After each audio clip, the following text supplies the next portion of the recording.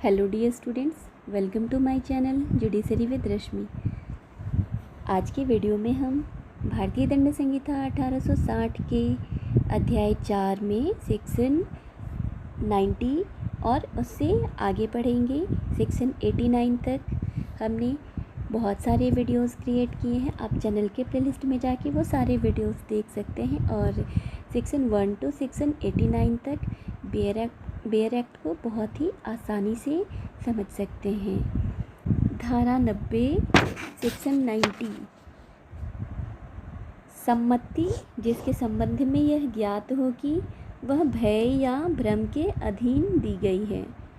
कोई सम्मति ऐसी सम्मति नहीं है जैसी इस संहिता की किसी धारा से आशयित है, यदि वह सम्मति किसी व्यक्ति ने क्षति, भय के अधीन या तथ्य के भ्रम के अधीन दी हो, और यदि कार्य करने वाला व्यक्ति यह जानता हो या उसके पास विश्वास करने का कारण हो कि ऐसे भय या भ्रम के परिणाम स्वरूप वह सम्मति दी गई थी, अथवा उन्मत्त व्यक्ति की संपत्ति, यदि वह सम्मति उन्मत्त व्यक्ति की सम्मति यदि वह सम्मति ऐसे व्यक्ति ने दी हो जो चित्त विकृति या मत्तता के कारण उस बात की जिसके लिए यह अपनी सम्मति देता है प्रकृति और परिणाम को समझने में असमर्थ हो, अथवा शिशु की सम्मति जब तक कि संदर्भ में तत् प्रतिकूलित प्रतीत न हो, यदि वह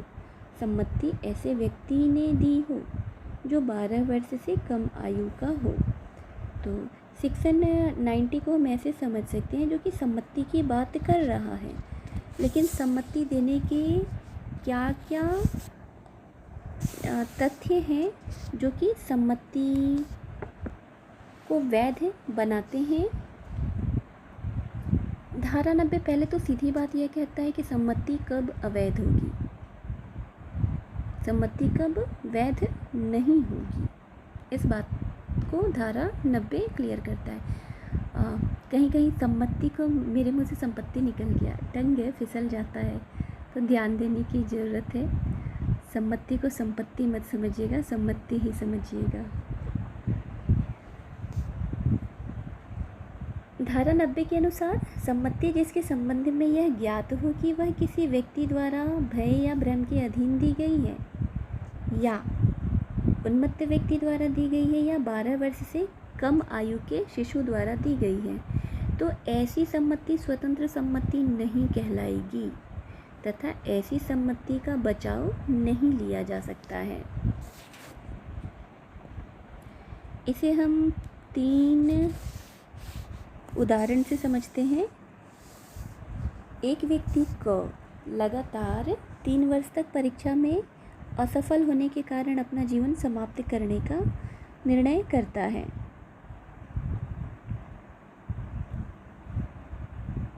अपने इस निर्णय को अपनी पत्नी को अवगत करा दिया, जो एक पढ़ी लिखी 19 वर्ष की औरत थी। उसकी पत्नी ने उससे कहा कि वह पहले उसे समाप्त कर दे, फिर अपने आप को। इस समझौते के फलस्वरूप उसने अपनी पत्नी को मार डाला और इसके पूर्व कि वह स्वयं को समाप्त करे पकड़ लिया गया। यहाँ कहो कि पत्नी की सहमति भय या भ्रम के अंतर्गत नहीं थी, तो उसकी सहमति वैध मानी जाएगी। इसलिए क सदोष मानव वध के लिए दोषी होगा, क्योंकि यह मामला धारा 300 के अपवाद 5 के तहत आएगी। दशरथ पासवान का वाद इसके लिए बहुत ही फेमस है। ये दी गई सम्मति उपखंडित की जा सकती है, किंतु उसका अपखंडन उस समय नहीं लिया जा सकता जब सम्मति दिया गया कार्य प्रारंभ हो चुका था।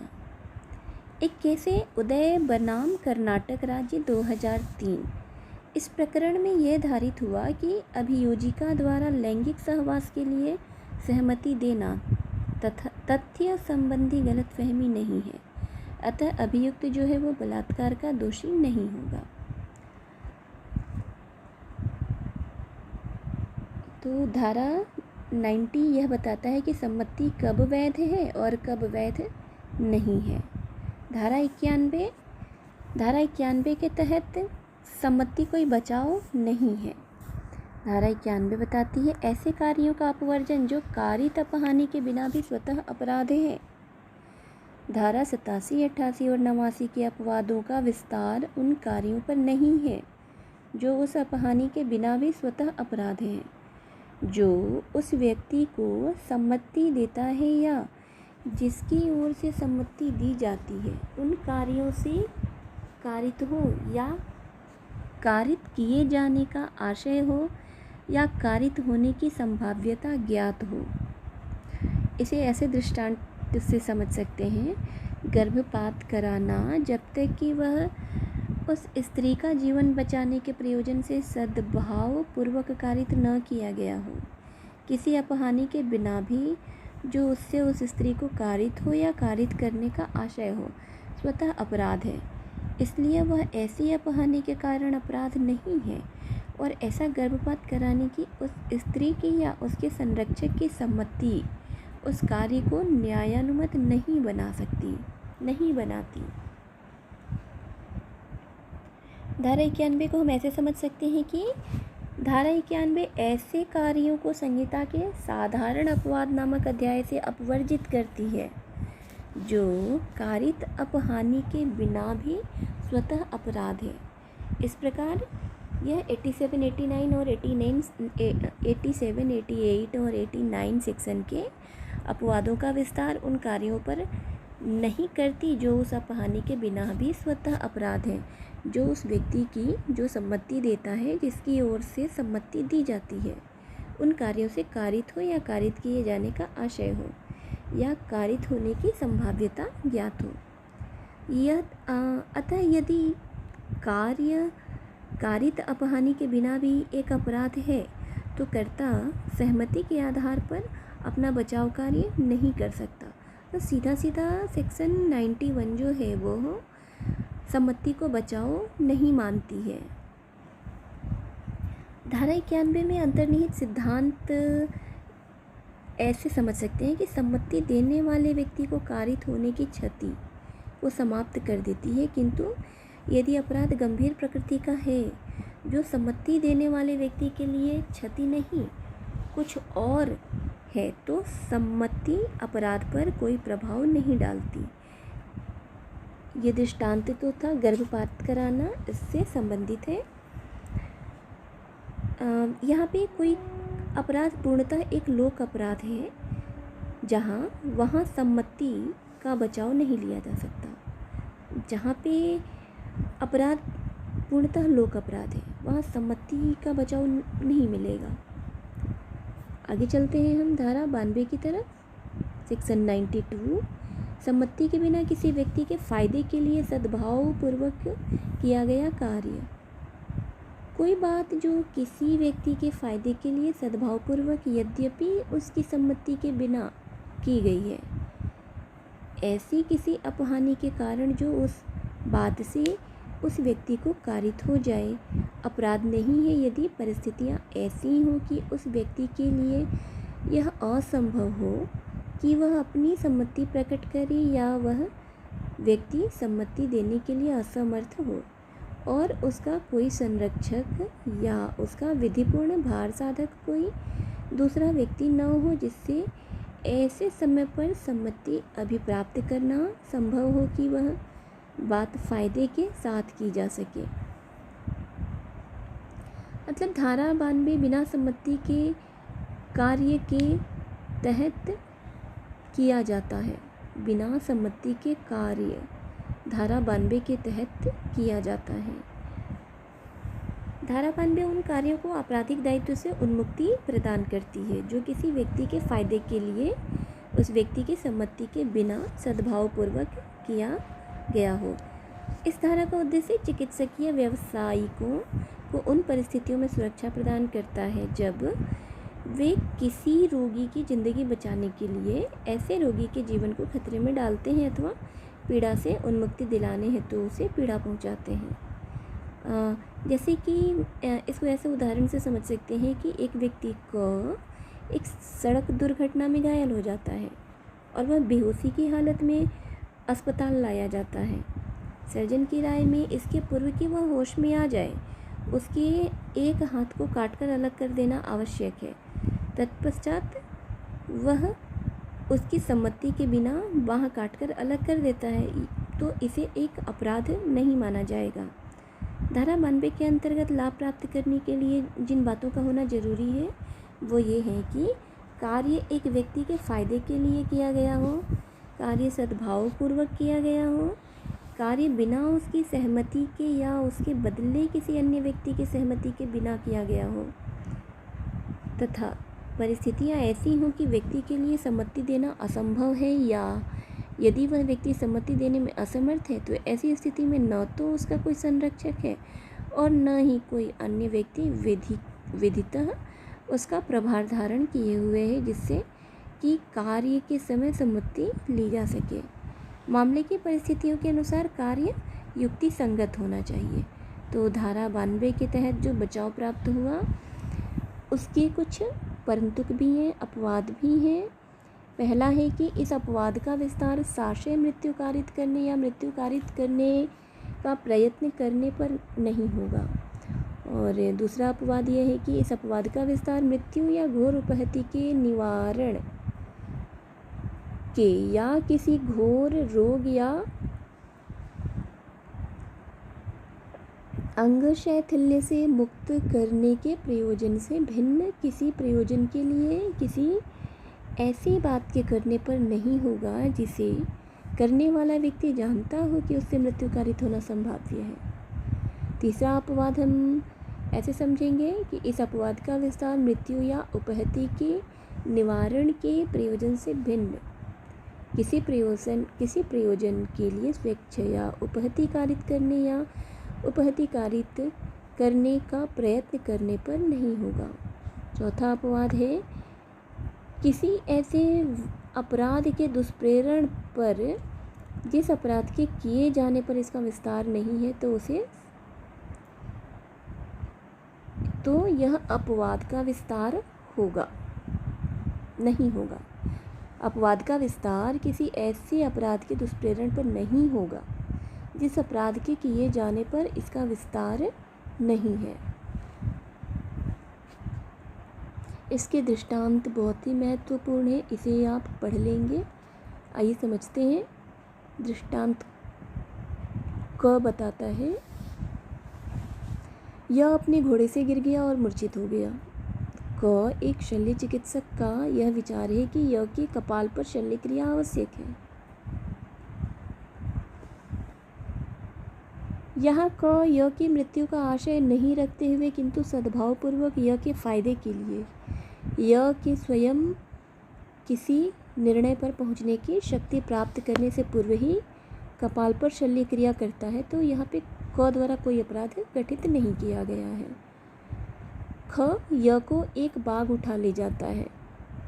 दृष्टांत ख में यह बता रहा है कि य को एक बाघ उठा ले जाता है, यह जानते हुए कि संभाव्य है कि गोली लगने से यह मर जाएगा, किंतु य का वध करने का आशय न रखते हुए और सद्भावपूर्वक य के फायदे के आशय से क उस बाघ पर गोली चलाता है। क की गोली से य को मृत्युकारक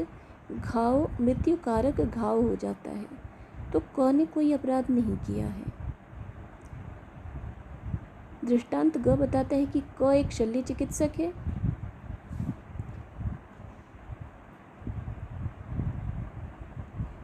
यह देखता है कि एक शिशु की ऐसी दुर्घटना हो गई है जिसका प्राणांतक साबित होना संभाव्य है यदि शस्त्रकर्म तुरंत न कर दिया जाए। इतना समय नहीं है कि उस शिशु के संरक्षक से आवेदन किया जा सके।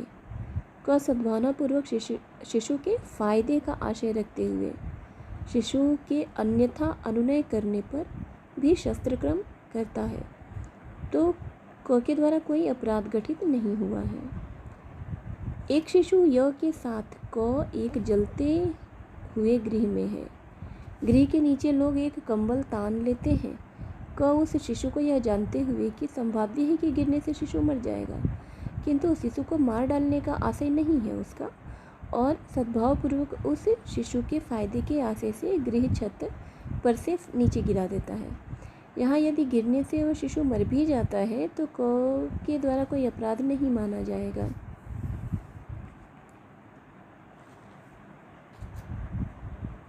स्पष्टीकरण कहती है कि केवल धन संबंधी फ़ायदा वह फ़ायदा नहीं है जो धारा 88, 89 और 92 के भीतर आता है।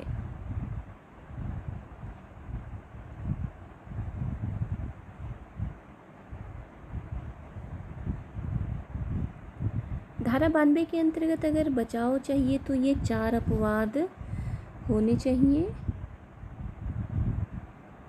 धारा 92 एक तो सीधी बात कहती है कि बिना सम्मति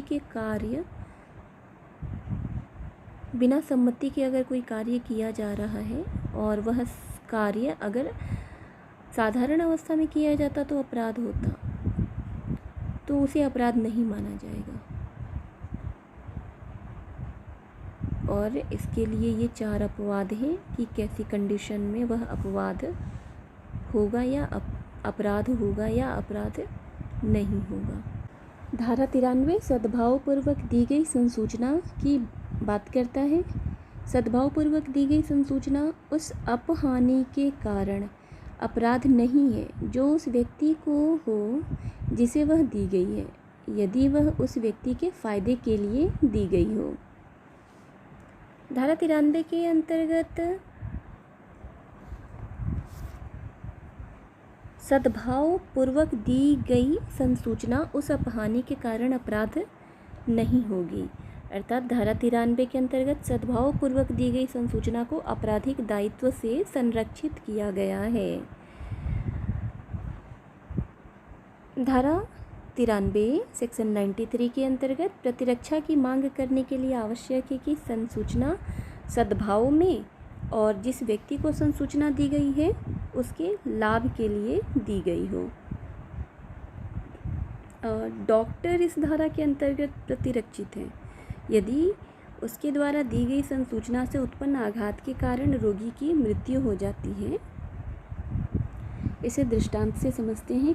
एक शल्य चिकित्सक एक रोगी को सद्भावपूर्वक यह संसूचित करता है कि उसकी राय में वह जीवित नहीं रह सकता।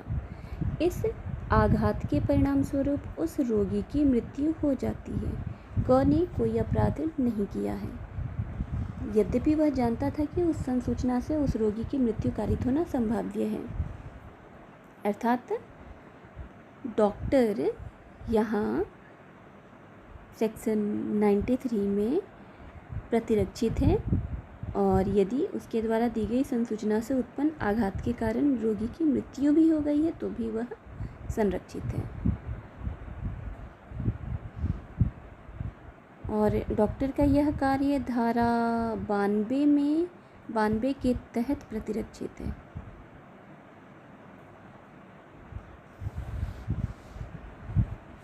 सेक्शन 94 धारा 94 देखते हैं। वह कार्य जिसको करने के लिए कोई कार्य व्यक्तियों द्वारा विवश किया गया है। हत्या और मृत्युदंड से दंडनीय अपराधों को जो राज्य के विरुद्ध है, ध्यान देने के लिए है कि हत्या क्या है, राज्य के विरुद्ध अपराध है। यही पूछ देगा हत्या किसके विरुद्ध अपराध है। हत्या वाले जो केसेस चलते हैं देखा है, बनाम राज्य। हत्या और मृत्यु से दंडनीय उन अपराधों को जो राज्य के विरुद्ध हैं छोड़कर कोई बात अपराध नहीं है जो ऐसे व्यक्ति द्वारा की जाए जो उसे करने के लिए ऐसी धमकियों से विवश किया गया हो जिनसे उस बात को करते समय उसको युक्त रूप से यह आशंका कारित हो गई हो कि अन्यथा परिणाम यह होगा कि उस व्यक्ति की तत्काल मृत्यु हो जाए, परंतु यह तब जबकि उस कार्य को करने वाले व्यक्ति ने अपनी ही इच्छा से या तत्काल मृत्यु से कम अपनी अपहानि की युक्त आशंका से अपने को उस स्थिति में न डाला हो जिसमें कि वह ऐसी मजबूरी के अधीन पड़ गया हो। तो धारा 94 को हम ऐसे समझ सकते हैं कि धारा 94 के अंतर्गत किए जाने वाले कार्यों का उल्लेख। वह कार्य जिसको करने के लिए कोई व्यक्ति तत्काल मृत्यु की धमकियों द्वारा विवश किया गया हो, अपराध नहीं होगा। किंतु इस धारा का बचाव हत्या और मृत्यु दंड से दंडनीय उन अपराधों को जो कि राज्य के विरुद्ध हैं में नहीं किया जा सकता। किसी कार्य को धारा 94 के अंतर्गत अगर न्यायोचित ठहराया जाना है तो उसके लिए जो सिद्ध करना होगा वो ये कि व्यक्ति ने स्वेच्छा से अपने को दबाव के सम्मुख नहीं प्रस्तुत किया। यह कि भय जिसने कार्यवाही के लिए गतिशीलता प्रदान किया वह तुरंत मृत्यु का भय था। और तीसरा यह कि कार्य उस समय किया गया जबकि कर्ता के पास उसे करने या न करने पर मृत्यु के अतिरिक्त अन्य कोई विकल्प नहीं था। इस धारा में दिए गए जो स्पष्टीकरण हैं उनको हम देखते हैं। स्पष्टीकरण 1, वह व्यक्ति जो स्वयं अपनी इच्छा से पीटे जाने की धमकी के कारण डाकुओं की टोली में उनके शील को जानते हुए सम्मिलित हो जाता है, इस आधार पर ही इस अपवाद का फ़ायदा उठाने का हकदार नहीं है कि वह अपने साथियों द्वारा ऐसी बात करने के लिए विवश किया गया था जो विधितः अपराध है। समझ पा रहे हैं? स्पष्टीकरण 1 क्या कह रहा है कि वह व्यक्ति जो स्वयं अपनी इच्छा से या पिटे जाने की धमकी के कारण डाकुओं की टोली में उनके शील यानी उनके जो आचरण है उसको जानते हुए सम्मिलित हो जाता है, इस आधार पर ही इस अपवाद का फ़ायदा उठाने का हकदार नहीं होगा कि वह अपने साथियों द्वारा ऐसी बात करने के लिए विवश किया गया था जो कि विधितः अपराध है। स्पष्टीकरण 2 बताता है, डाकुओं की एक टोली द्वारा अभिगृहित यानी कैप्चर्ड, डाकुओं की टोली द्वारा कैप्चर्ड और तत्काल मृत्यु की धमकी द्वारा किसी बात को करने के लिए जो विधितः अपराध है विवश किया गया व्यक्ति इस अपवाद का फ़ायदा उठाने के लिए हकदार है। इसको एक उदाहरण से ऐसे समझ सकते हैं स्पष्टीकरण 2 को, एक लुहार जो अपने औजार लेकर एक गृह का द्वार तोड़ने के लिए विवश किया जाता है जिससे डाकू उसमें प्रवेश कर सके, वह इस अपवाद का फ़ायदा उठा सकता है। धारा 95 जो कि तुच्छ अपहानित करने वाले कार्य की बात बताता है, विधि तुच्छ कार्यों पर ध्यान नहीं देती।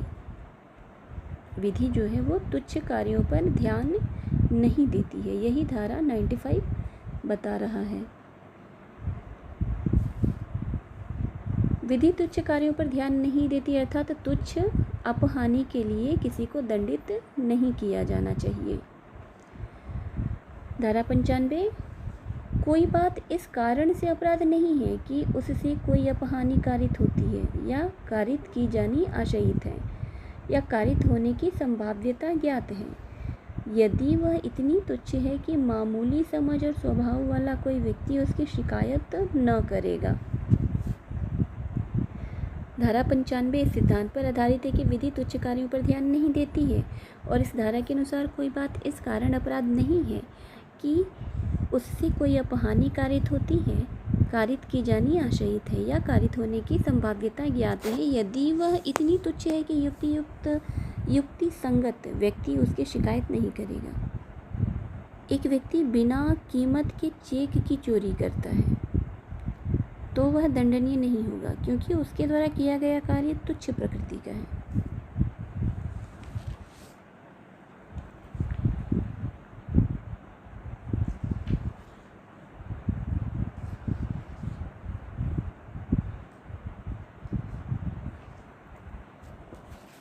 सेक्शन 95 अपने समझ लिया। तुच्छ अपहानि कारित करने वाले जो कार्य हैं वो अपराध नहीं होंगे। तो कोई भी कार्य अपराध नहीं है यदि उस कार्य से हुई अपहानि इतनी तुच्छ है कि कोई भी मामूली समझ एवं स्वभाव वाला व्यक्ति वैसी अपहानि के संबंध में शिकायत नहीं करेगा। इस शर्त का होना जरूरी है।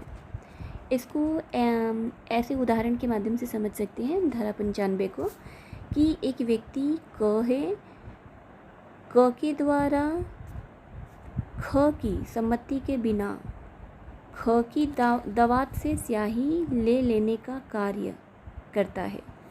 तो यह इतना तुच्छ है कि कोई भी मामूली समझन स्वभाव वाला व्यक्ति इसमें जो दवात से स्याही उसकी निकली है, इस अपहानि के लिए कोई शिकायत नहीं करेगा।